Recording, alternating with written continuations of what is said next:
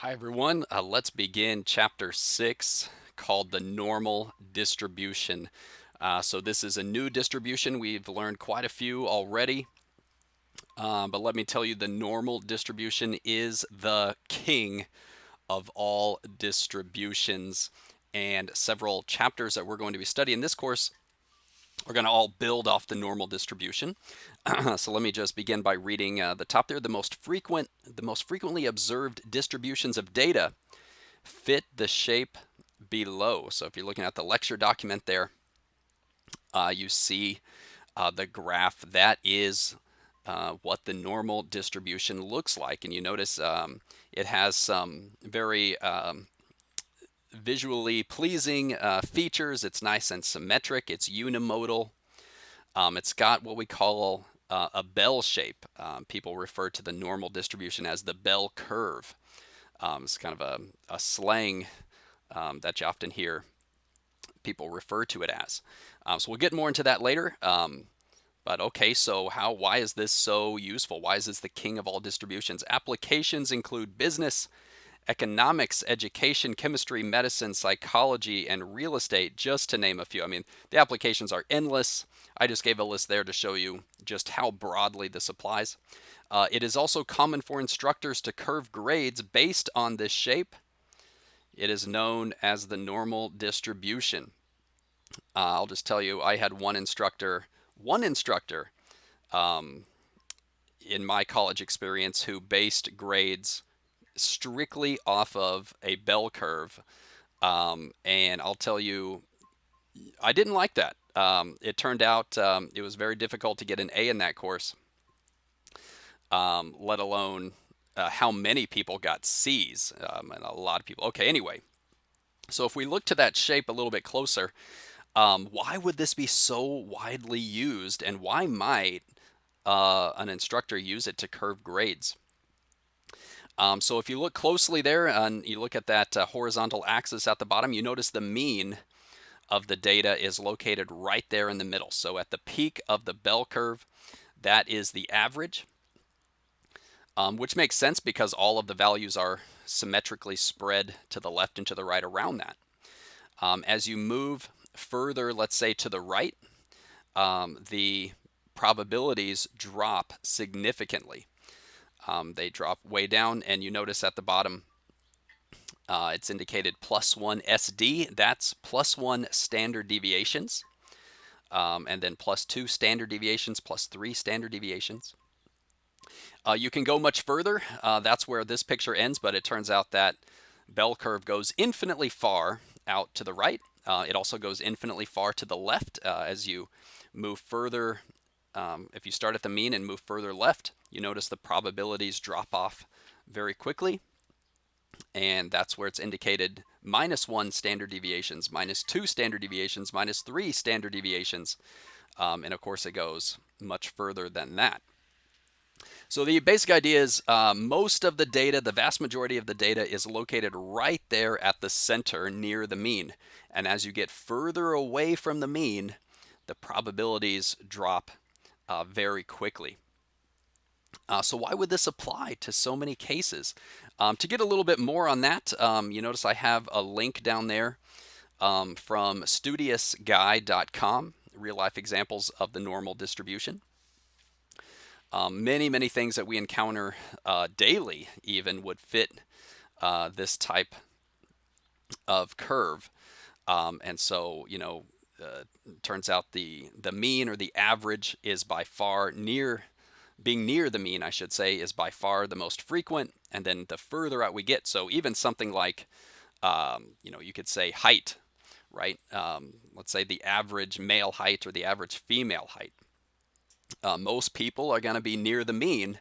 And as you get further in each direction, there's fewer and fewer people that are either very tall or very short. And I mean, applying it to humans, in that sense, is very easy to do.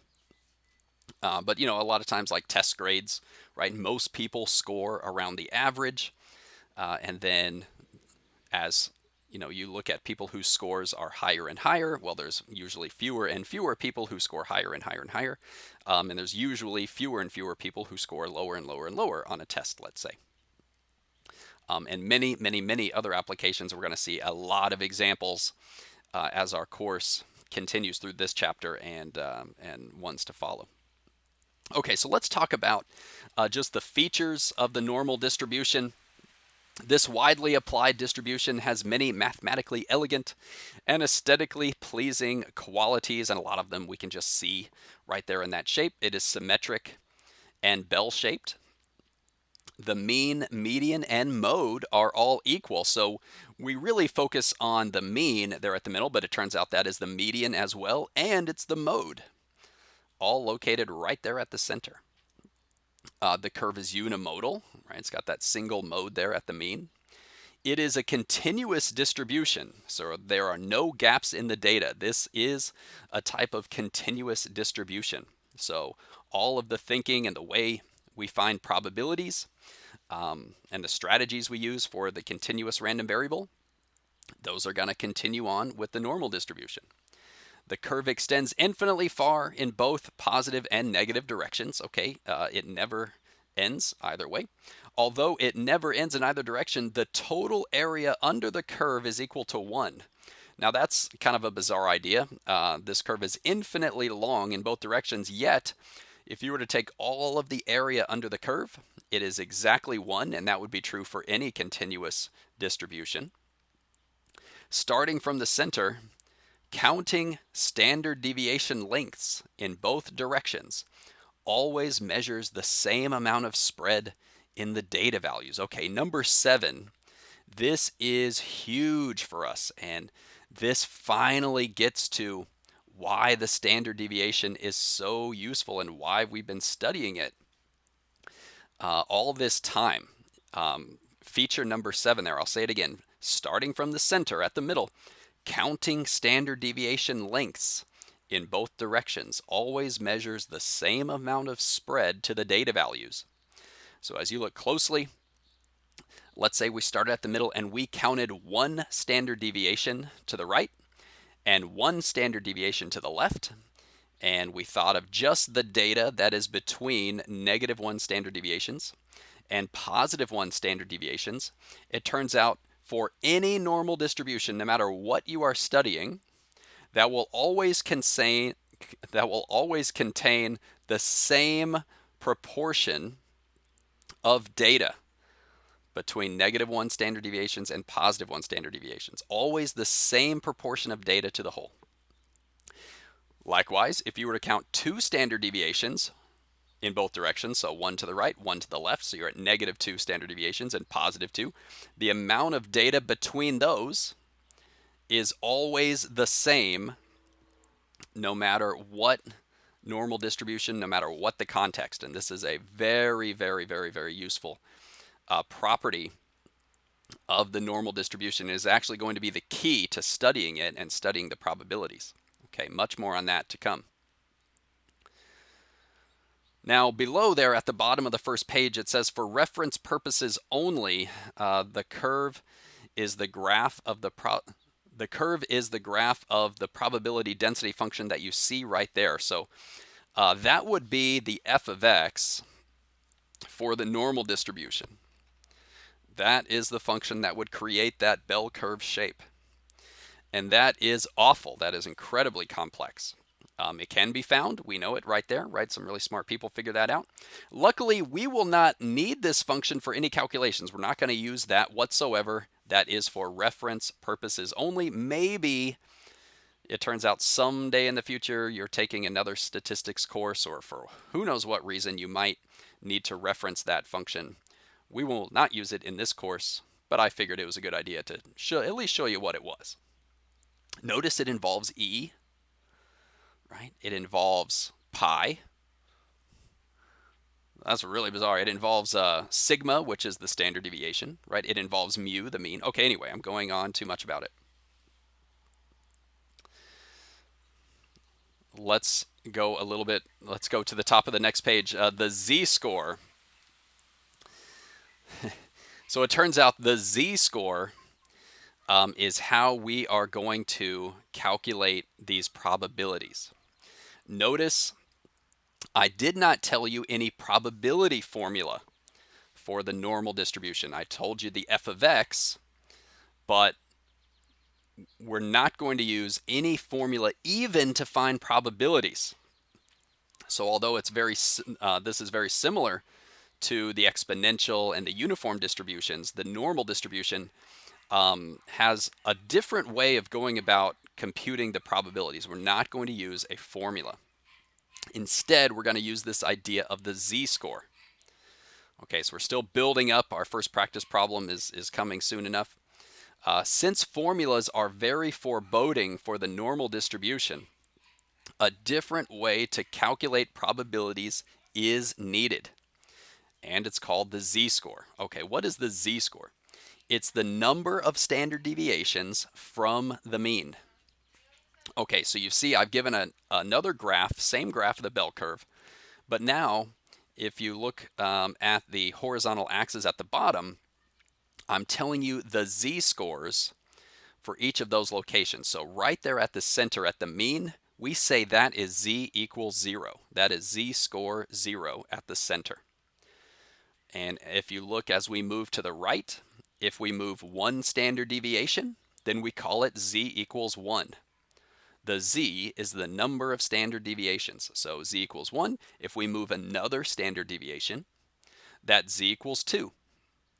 If we move another standard deviation, that z equals 3. So to the right, we count positive.